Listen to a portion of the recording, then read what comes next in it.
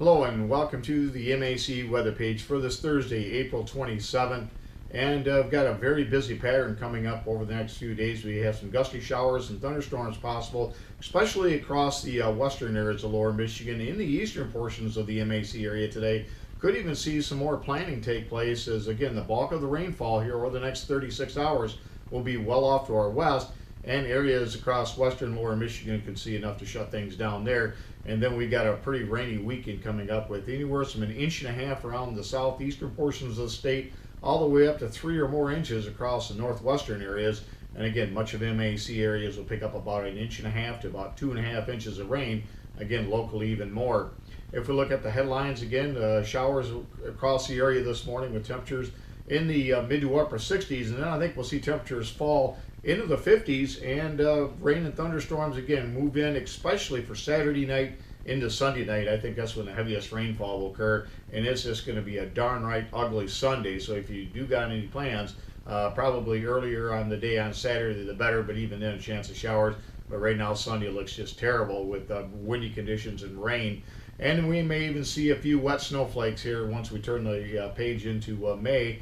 Again, not much if anything, just maybe a few snow flurries later next week. It might be in the air. If we look at the normals for the day, our normal high is 63, the normal low is 39. And if we look at the conditions around the U.S. yesterday, 105 degrees, the warm spot in McAllen, Texas, and the low spot, 16 degrees at Hill City, South Dakota. Looking closer to home yesterday, what a day we had yesterday with lots of sunshine. Temperatures in the low 80s, 84 degrees at Blissville, 83 at Jasper. So a very, very warm day out there. Morning lows today are in the 50s to low, or in the 60s rather. So a really warm morning out there. And you can see the growing degree days, although not a lot's gotten planted in the ground, but you can see beginning to pick up here. Yesterday was a big day with many areas getting 15 to 20 growing degree days. And you can see in a graphical format on some of that where we're at.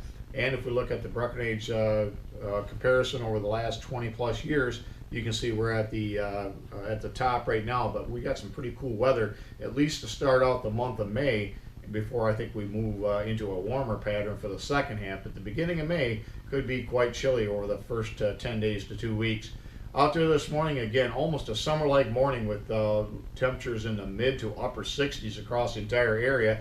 Now, Brown City and over at Newaygo, their stations, they had power outages yesterday, so we'll get those stations back up and running here this morning. If we look at the radar this morning, you see the bulk of the precipitation here over the next 12 to 18 hours is going to be off to our west, but as some of this pinwheels in, we'll see some showers develop here this morning across especially the western areas. But again, by far, the heaviest rains will be across northern Illinois, eastern Iowa, into southeast Wisconsin, into the UP. But again, some of this will pinwheel into the area. As far as over the next 36 hours, again, we're hopeful that we could get some more planting done across the eastern portions of the state, as showers will be quite scattered. And again, amounts quite light, but once you get in towards about US 27 off to the east, may not be able to do much today, but we'll see. And then over the next, or looking at the weather map, this morning, you can see the low pressure system that's bringing a lot of the rain across to our areas to the west, and some wintry precipitation into the UP.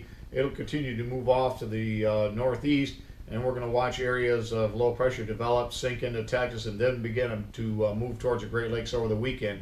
And that's going to bring a lot of rain. You can see on the weather map tomorrow, again, our developing system for the weekend now across Oklahoma and Texas is going to reorganize across Texas as we get into the D on Saturday. And if we look at Saturday's weather map, again, big low pressure system across Texas. It's going to move almost towards Wisconsin into the UP, and it's going to pull all this moisture right off to the north, overrun that front with a lot of precipitation. And again, precipitation here over the next about 4 or 5 days as we get into Monday at 7 p.m. You can see much of the area, 2 or more inches of rain likely. And if we zoom in on that, you can see many areas around 2.5 to 2 inches, even some areas across southwest lower Michigan projected to pick up over 3 inches of rain, and that would be over towards Clarksville and Newaygo. But again, I think most of the area is going to have a very soggy weekend, especially Sunday right now looks particularly nasty. And if we look at Weather Watch this morning, a lot of winter weather advisories across the Minnesota into the UP and northwest Wisconsin.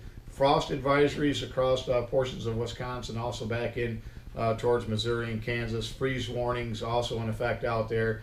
And we got a lot of flash flood advisories or flash flood watches off to the south. And again, over the next couple of days, you're going to see a lot of different types of flood statements, advisories, watches, or warnings extend all the way into Wisconsin and Michigan here as we go through the weekend. Thanks for stopping by and have yourself a great day and 73s to all.